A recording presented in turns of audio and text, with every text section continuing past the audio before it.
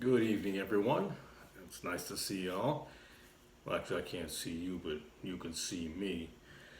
This video I'm doing tonight is, well, you know what? I'm changing gears. I was going to do a different video, but now I'm going to do a different video, if that makes any sense.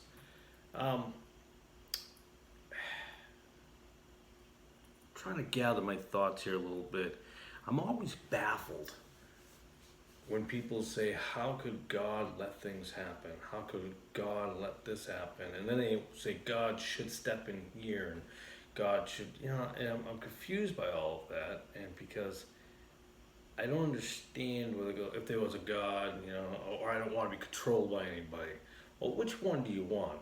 Do you want a free will God, or do you want God the dictator?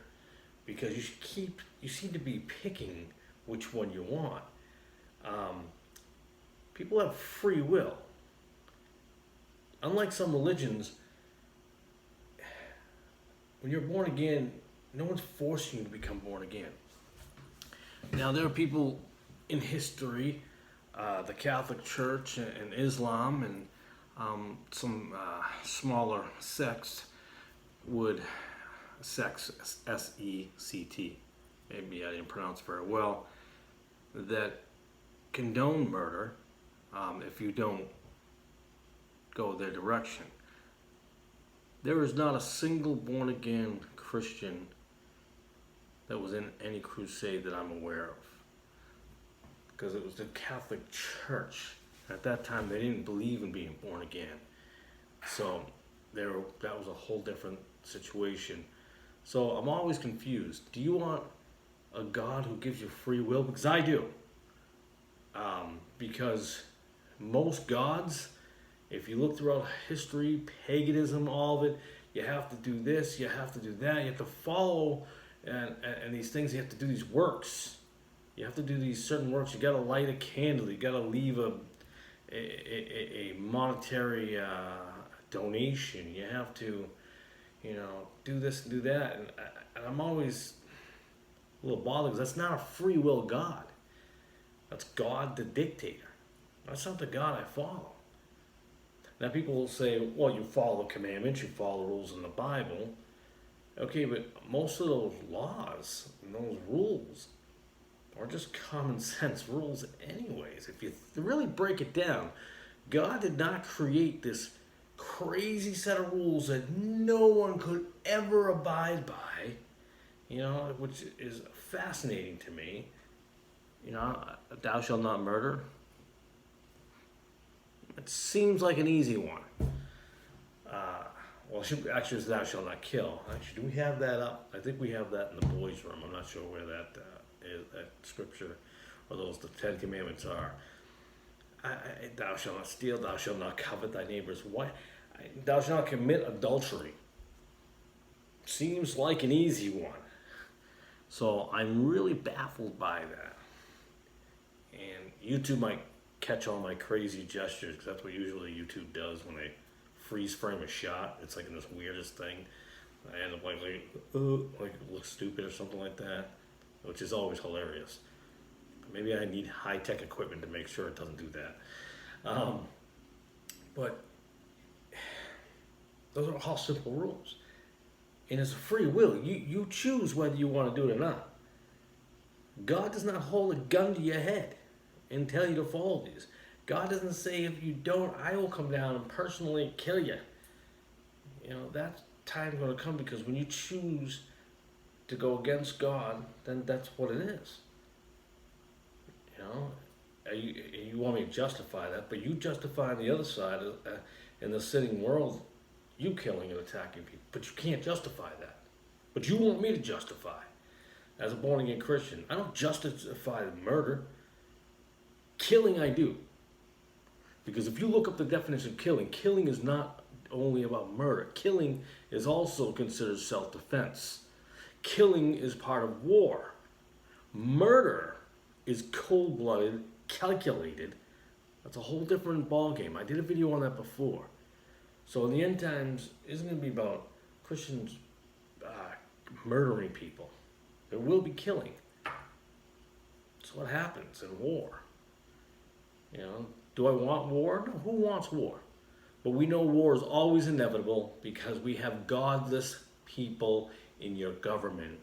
You have godless people who are pushing agendas. And that's why it leads to wars all the time. Think about that for a second. The wars that we have had in the more recent times are not like the wars that we had in the past.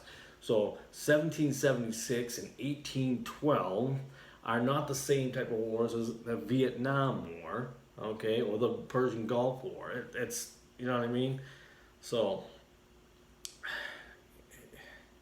how you can compare that, I don't know. But I tell you what, I would much rather have a free will God that doesn't force me to do anything. He says, you make the decision. You'll answer that decision one day. You will answer when the judgment comes. Unlike God the dictator who says, do it this way.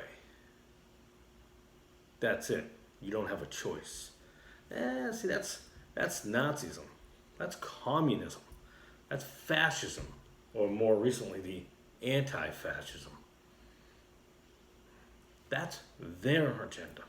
That's how they run things. No, thank you.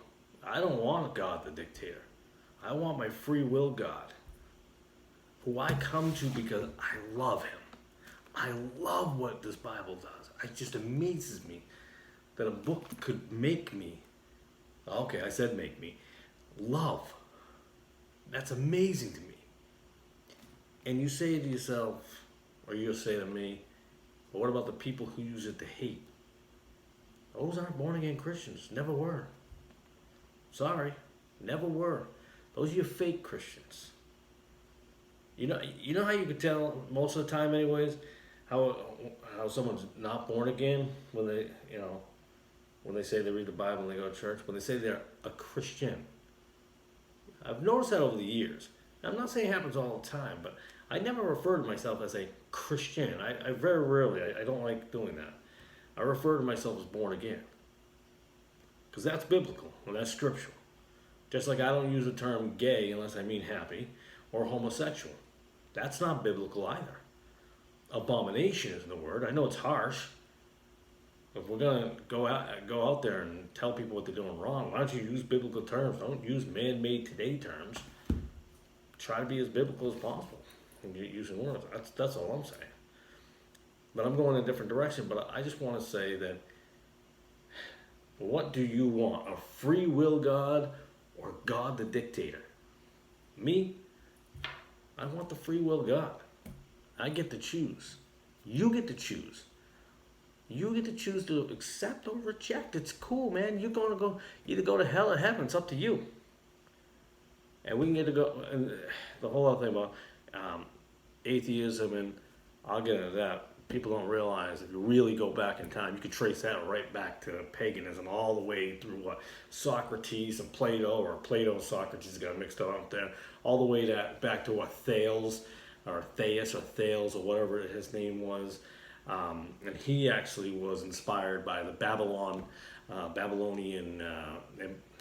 Empire and the Assyrian mathematics. I mean, you go way back, but it's all led by paganism. So basically the fathers, the founding fathers of atheism were all pagan god worshippers. Ain't that something? If I had to pray to 9,000 different gods too, I'd probably be an atheist. Who's got the time?